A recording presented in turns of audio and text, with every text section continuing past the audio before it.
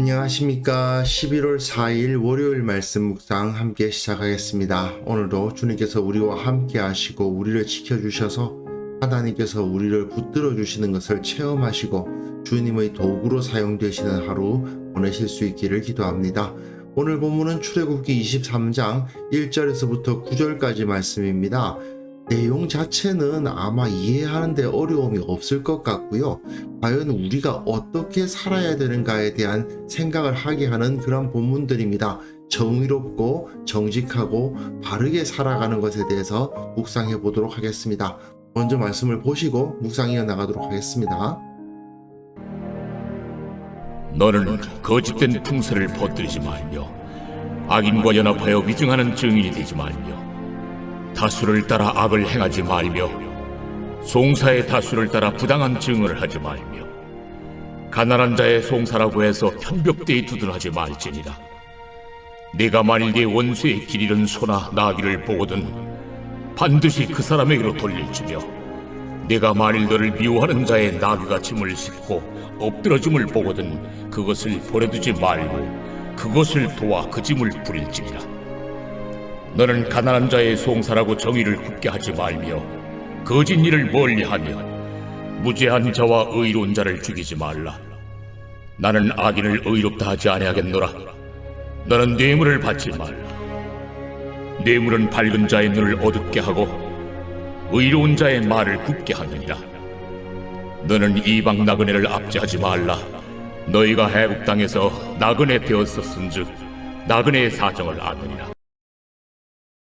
본문 자체의 내용은 굉장히 단순하죠. 정직하고 바르고 배려하는 삶을 살라는 가르침입니다. 그런데 이것이 당시의 상황과 비교를 해서 생각해 보면 혁명적인 이야기라는 것을 우리가 이해할 필요가 있습니다. 왜냐하면 고대 근동의 종교라는 것은 거대한 제사의식을 통해서 통치자의 권위를 과시하거나 또는 그 인간의 이기적인 욕망, 말초적인 욕망을 채워주는 도구였던 것이죠. 하지만 이 언약서의 내용들을 읽어보면 전혀 그런 내용이 아니라는 것을 알 수 있습니다. 종교의식, 그러니까 제사에 대해서 이야기하는 것은 정말 간소하게 맨 처음에 아주 작은 제단에 흙으로 쌓은 제단에서 제사를 드리라는 가르침이 있고 마지막에 절기에 대한 이야기가 있긴 합니다만은 그 중앙부를 가만히 살펴보면 제사를 어떻게 드리고 제물을 어떻게 드리고 어떤 종교 의식을 거행할 것인가에 대해서는 아주 짤막하게 언급되어 있을 뿐 대부분은 다 우리의 삶 가운데에서 정의로운 실천을 하라는 내용으로 이루어져 있다는 것을 알 수가 있습니다. 오늘 본문을 보시면 그 정의와 정직에 대한 가르침으로 가득하다는 것을 알 수 있죠. 너는 거짓된 풍설을 퍼뜨리지 말며 악인과 연합하여 위증하는 증인이 되지 말라. 이것은 제9계명 너의 이웃에 대하여 거짓 증거하지 말라는 가르침이 확장되고 있는 거 아닙니까? 그러니까 거짓말 하지 말라.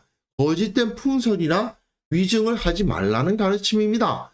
그리고 다수를 따라 악을 행하지 말며 송사의 다수를 따라 부당한 증언을 하지 말라. 소위 말하는 대세를 따르는 행위도 해서는 안 된다는 것이죠. 그리고 가난한 자의 송사라고 해서 편벽되이 두둔하지 말지니라 되어 있는데 이 말은 가난한 자에게 억울한 일을 당하지 않도록 하라는 말임과 동시에 또 가난한 자라고 해서 그 사람을 돕는답시고 거짓으로 두둔하지 말라는 의미도 되는 거죠. 그러니까 이 사람이 지금 가난한 자인가 부유한 자인가 높은 자인가 낮은 자인가를 따지는 것이 아니고 무엇이 옳고 무엇이 그른가를 중심으로 판단을 해서 행동해야 된다는 이야기입니다. 결국 중요한 것은 진리가 어디에 있느냐, 뭐가 참이냐, 너희 말이 진짜 있었던 일은 이야기를 하고 그러면 그렇다 하고 아니면 아니라고 해야지 그걸 가지고 이상하게 꼬아서 이리저리 말하는 것은 하나님의 말씀을 따르는 것이 아니다라는 것이죠. 또 한 가지는 네가 만일 내 원수의 길 잃은 소나 나귀를 보거든 반드시 그 사람에게로 돌릴지며. 네 원수입니다.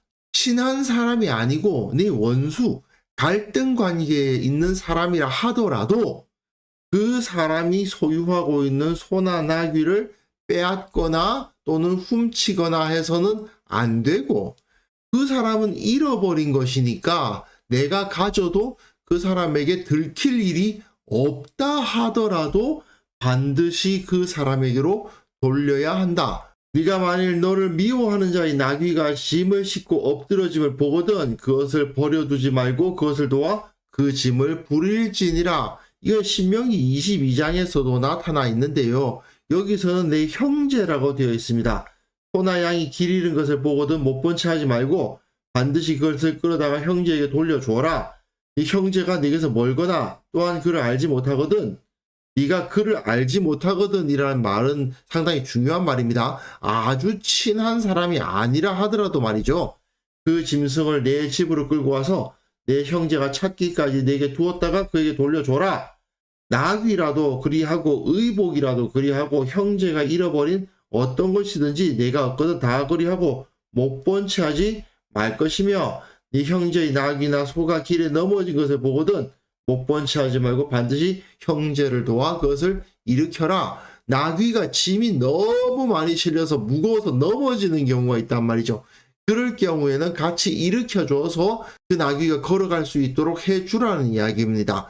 그런데 신명기에서는 형제라고만 되어 있는데 여기서는 원수라고까지 되어 있죠. 어떤 상황이든지 간에 그 사람과 내가 갈등 관계에 있다 하더라도 그 갈등을 일으키는 이유가 아닌 다른 이유로 그 사람의 것을 빼앗거나 숨기거나 해서는 안 된다는 것입니다. 결국 중요한 것은 나에게 이로우냐 해로우냐, 나와 친하냐 안 친하냐가 아니고 이것이 옳으냐 그르냐를 기준으로 생각하고 행동해야 된다는 거죠. 이게 바로 거룩한 백성의 삶의 원칙입니다. 또다시 한 번 더 나옵니다. 너는 가난한 자의 송사라고 정의를 굽게 하지 말며, 가난한 자를 억울하게 해서도 안 되고 또 가난한 자라고 해서 실제로는 그렇게 해서는 안 됨에도 불구하고 두둔해서도 안 된다. 정의를 바로 잡아야 된다. 거짓 일을 멀리하며 무죄한 자와 의로운 자를 죽이지 말라. 나는 악인을 의롭다 하지 아니하겠노라. 거짓된 재판이나 증언을 통해서 무죄한 자, 의로운 자가 죽는 일이 있어서는 안 된다. 하나님은 결코 이런 악인을 의롭다고 말해주지 않으신다라고 선언을 하십니다. 그리고 너는 뇌물을 받지 말라. 뇌물은 밝은 자의 눈을 어둡게 하고 의로운 자의 말을 굽게 하느니라. 사실 우리가 대부분 다 알고 있는 내용이죠. 거짓말해서는 안 되고 뇌물 받아서는 안 된다. 뇌물을 일단 받으면 내가 아무리 바르게 하려고 해도 눈이 어두워지고 말이 굽어지니까 절대로 뇌물을 받아서는 안 된다. 그리고 너는 이방 나그네를 압제하지 말라. 이스라엘 사람이 아니라고 해서 너희들 가운데서 일을 하거나 하는 사람들을 압제하고 수탈해서는 안 된다. 너희가 애굽 땅에서 나그네 되었은즉 나그네의 사정을 알지 않느냐. 그러므로 너희들은 이 사람들이 우리와 친하다는 이유로 또는 이 사람들이 부자라는 이유로 또는 이 사람들이 나에게 유익하다는 이유로 거짓된 선택을 하고 그들을 두둔하는 그런 행위를 해서는 안 된다라는 것입니다. 처음 시작할 때 말씀드렸다시피 오늘 말씀은 어떻게 보면 내용 자체를 이해하는 데에는 전혀 어려움이 없습니다. 하지만 문제는 우리의 삶 가운데서 이런 실천이 이루어지고 있는가의 문제인 것이죠. 사실 인간은 생각보다 거짓말을 잘하고요. 그 거짓말을 가지고 자기 자신조차도 속일 수 있는 존재가 바로 인간입니다. 그런데 속이지 못하는 분이 한 분 계시죠. 다른 모든 사람들을 다 속일 수 있다 하더라도 하나님을 속일 수는 없다는 것을 기억해야 됩니다. 우리 하나님을 섬기는 그리스도인들은 정의롭고 이웃을 배려하는 사람이라는 특징을 가지게 되어 있습니다.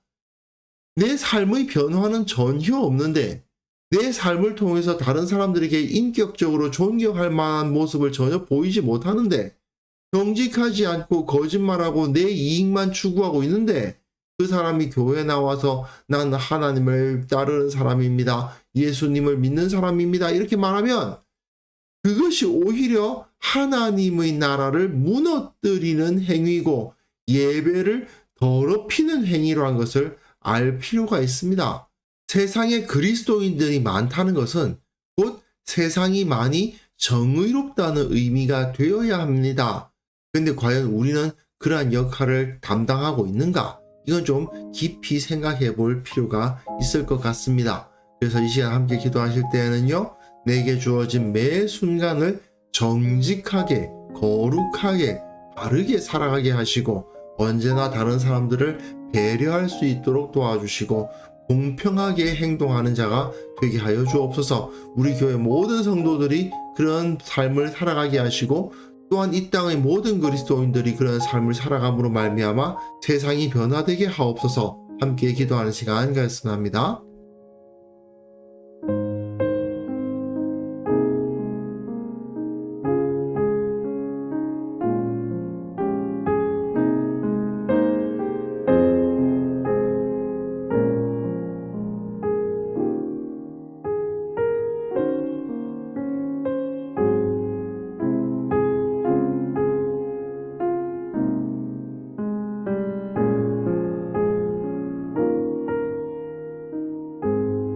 하나님 아버지, 내 삶의 모든 순간 정직하게 하시고 바르게 하시고 사랑하게 하시고 하나님의 말씀대로 실천하는 거룩한 백성으로서의 삶이 되게 하여 주옵소서.